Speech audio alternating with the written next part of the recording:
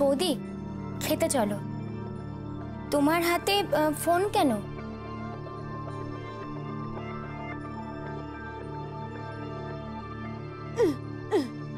কিন্তু তুমি এরকম করছো কেন?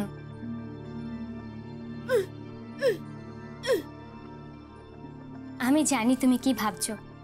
তুমি ভাবছো তুমি এই বাজিটা কি করে জিতবে।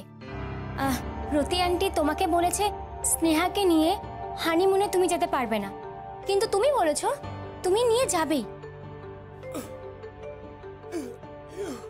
দেখেছো সঞ্জুদা বলছে কি হবে।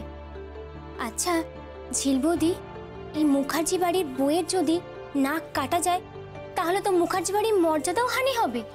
আমার মাথায় একটা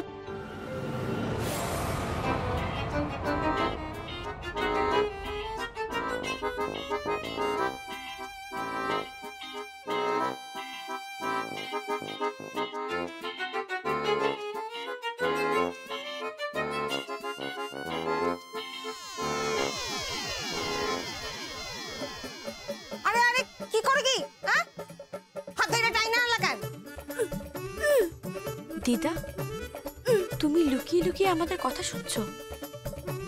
তুমি আড়াল থেকে সব শুনছিলে? বাবা কি সাংঘাতিক!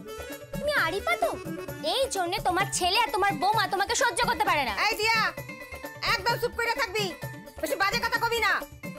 অসভ্য মাইয়া, গুরুজনদের অসম্মান করো। হ্যাঁ কি হয়েছে? আর হনের বাকি আছে কি? গুরুজনদের অসম্মান করে, অসভ্যতামি করে। কি অসভ্যতা করলো? না গো বিষমনা, উনি ঘরের বাইরে থেকে আড়ি পাচ্ছিলেন।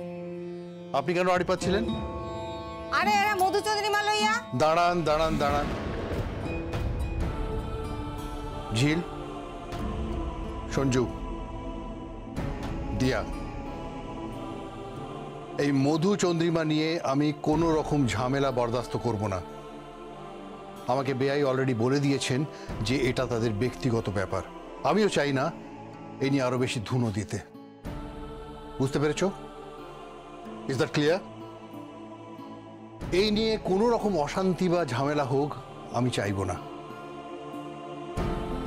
এটা আমার নির্দেশ। তোমার শ্বশুর মশায়ের, তোমার বাবার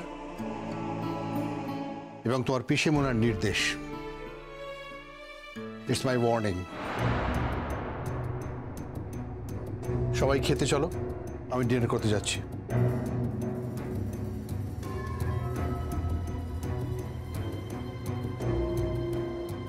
সর্বনাশ, এখন কি হবে? ঝিল বৌদি, রতি আন্টি তো খুব চালাক, দুদিকেই খেলে দিল। তোমাকে চ্যালেঞ্জ করেছে, এদিকে বিষমনাকে সব বলে দিয়েছে। কি হবে?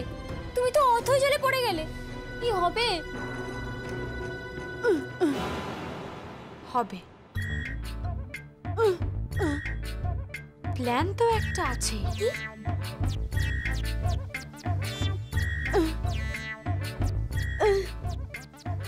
প্রথমে গেল লক্ষ্মী পুজো। হ্যাঁ, লক্ষ্মী পুজো। তারপর গেল কালী পুজো।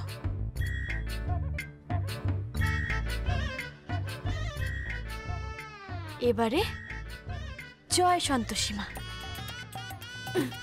কি? সন্তোষী মা? হ্যাঁ, এইবারে হচ্ছে সন্তোষী মা।